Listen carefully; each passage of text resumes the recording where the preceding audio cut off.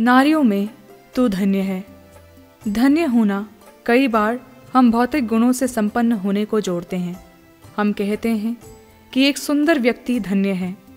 यदि आपके पास एक बड़ा घर या महंगी कार है तो आप भाग्यशाली हैं। यदि आपके पास उच्च वेतन वाली नौकरी है तो आप धन्य हैं। यदि आप बुद्धिमान हैं और तेज दिमाग वाले हैं, यदि आप लोकप्रिय हैं तो आप धन्य हैं।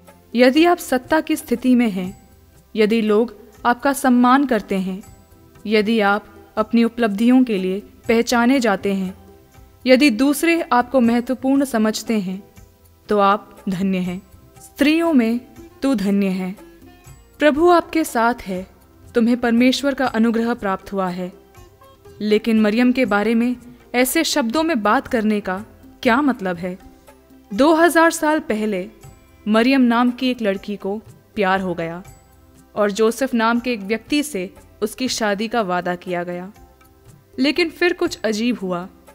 हालांकि उसने जोसेफ के साथ संबंध नहीं बनाए थे, मरियम ने खुद को गर्भवती पाया। एक दर्शन में एक देवदूत ने उसे बताया कि यह एक अच्छी बात है और मरियम ने ईश्वर को खुश करने की इच्छा रखते हुए ईश्वर की दासी बनने की कसम खाई। लेकिन तब यूसुफ को पता चला कि मरियम गर्भवती थी और बच्चा उसका नहीं था, इसलिए वह सगाई तोड़ना चाहता था। जोसेफ ने सार्वजनिक तमाशा पैदा न करने की कोशिश की, लेकिन ये सब मरियम के लिए शर्मनाक रहा होगा। यूसुफ की माँ को पता होगा और उसके परिवार को। पड़ोसियों ने बात की होगी। एक दर्शन के बाद यूसुफ ने विवाह संपन्न किया। वह एक अच्छा आदमी था, लेकिन मुझे लगता है कि लोग कानाफूसी करते रहे। यीशु के जन्म के समय हम फिर से मरियम पर नज़र डालते हैं। माँ मरियम को एक छोटे कपड़े तैयार करते हुए, कंबल मोड़ते हुए, बच्चे के जन्म के लिए तैयार करते हुए देख सकते हैं। हम उत्साह महसूस करते हैं, लेकिन एक जनगणना हुई और जोसेफ और मरियम को 80 मील दूर बैतलहम जाना पड़ा। हम जोसेफ को एक गधे का नेतृत्व करते हुए देखते हैं जो मरियम को ले जा रहा है।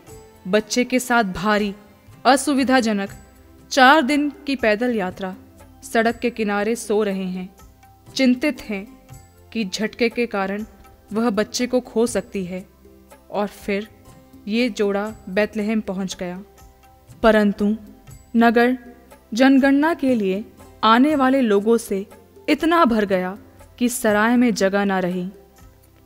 जोसेफ और मरियम ने हर जगह देखा होगा कैसी चिंता, और उन्हें जो एकमात्र स्थान मिल सका वह एक गुफा या अस्तबल था, और वहाँ मरियम ने अपने बच्चे को जन्म दिया।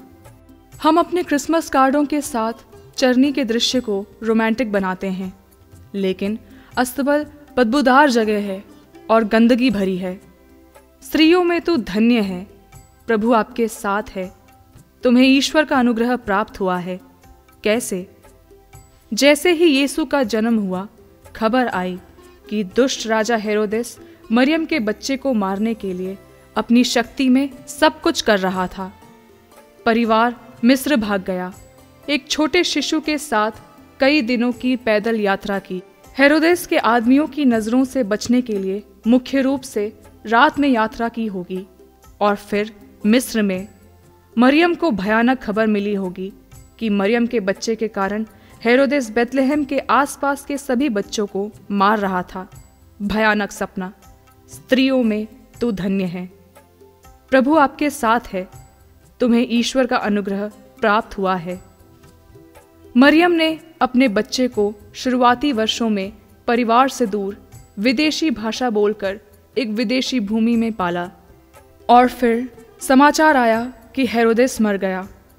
लेकिन हेरोदेस का बेटा भी अपने पिता की ही तरह दुष्ट था, इसलिए मरियम और जोसेफ गलील के बाहरी इलाके नाजरेत में रहने के लिए बस गए।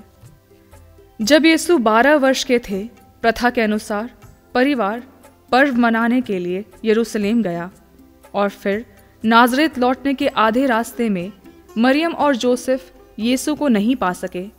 वे बहुत चिंतित रहे होंगे। माता पिता यरूशलेम वापस आए और लड़के को मंदिर में शिक्षकों के पास पाया। मरियम ने यीशु को गले लगाया होगा, उसे चूमा होगा, उसके लिए रोई होगी। वह कहती, बेटा, हमें तुम्हारी बहुत चिंता थी।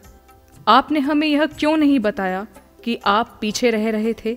और यीशु मरियम से प्रेम करते हुए कहते, क्या तुम नहीं समझते कि मुझे अपने पिता के कार्य में लगे रहना चाहिए? इससे मरियम को बहुत परेशानी हुई होगी जब उसके बेटे ने यह कहा कि वह उसे नहीं समझती। फिर भी स्त्रियों में तू धन्य है, प्रभु आपके साथ है, तुम्हें ईश्वर का अनुग्रह प्राप्त हुआ है। जब यीशु ने अपना सार्वजनिक जीवन शुरू किया तो मरियम को उसके लिए गर्व और उत्साहित होना पड़ा होगा। वह अपने परिवार के कुछ सदस्यों के साथ उसे देखने गई, लेकिन भीड़ के कारण वह उसके करीब नहीं पहुंच सकी। मरियम ने किसी से यीशु को यह बताने के लिए कहा कि वह कहाँ थी। मुझे आश्चर्य है कि क्या उसने सुन लिया था जब यीशु ने कहा था, मेरी माँ कौन है? जो कोई ईश्वर की इच्छा पर चलता वही मेरी माता और भाई बहन है। यीशु नाज़रेत आए। मरियम कितनी रोमांचित रही होंगी। वह उसका पसंदीदा खाना तय कर देती। उसे बहुत गर्व होता। उसने पड़ोसियों से कहा होगा, तुम बीमार हो?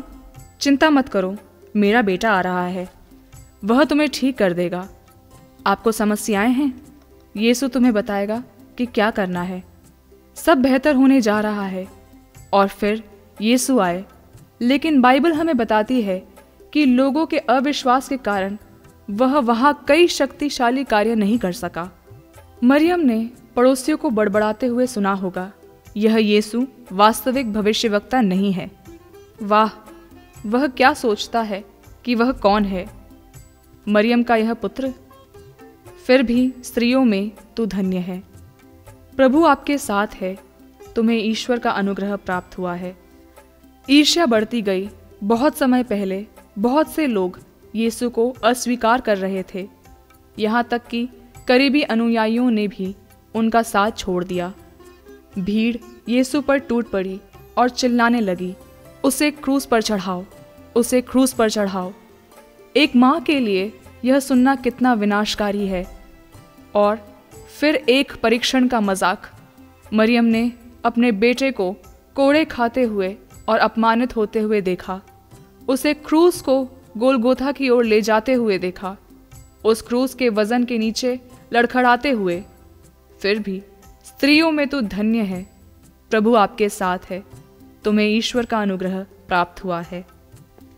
और अंत में कलवारी में यूहन्ना का सुसमाचार हमें बताता है कि मरियम वहाँ थी, देख रही थी क्रूस पर यीशु अपने बेटे की कलाइयों और पैरों में कील ठोकने की आवाज़ सुनकर उपहास करने वाले अपराधियों के साथ रखा गया।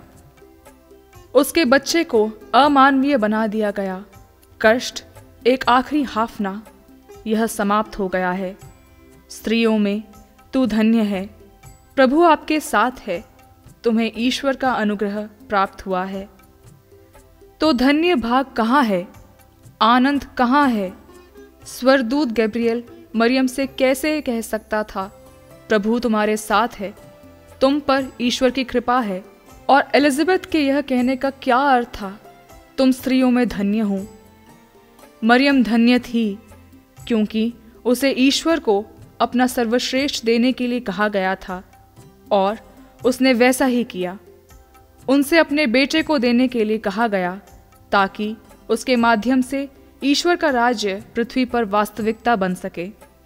उनसे अपना सर्वश्रेष्ठ देने के लिए कहा गया ताकि अनगिनत अन्य लोगों, आपके और मेरे जैसे लोगों को जीवन और भरपूर जीवन मिल सके। और ईश्वर की मदद करने के लिए अपना सर्वश्रेष्ठ देने से बढ़कर कोई खुशी नहीं हो सकती।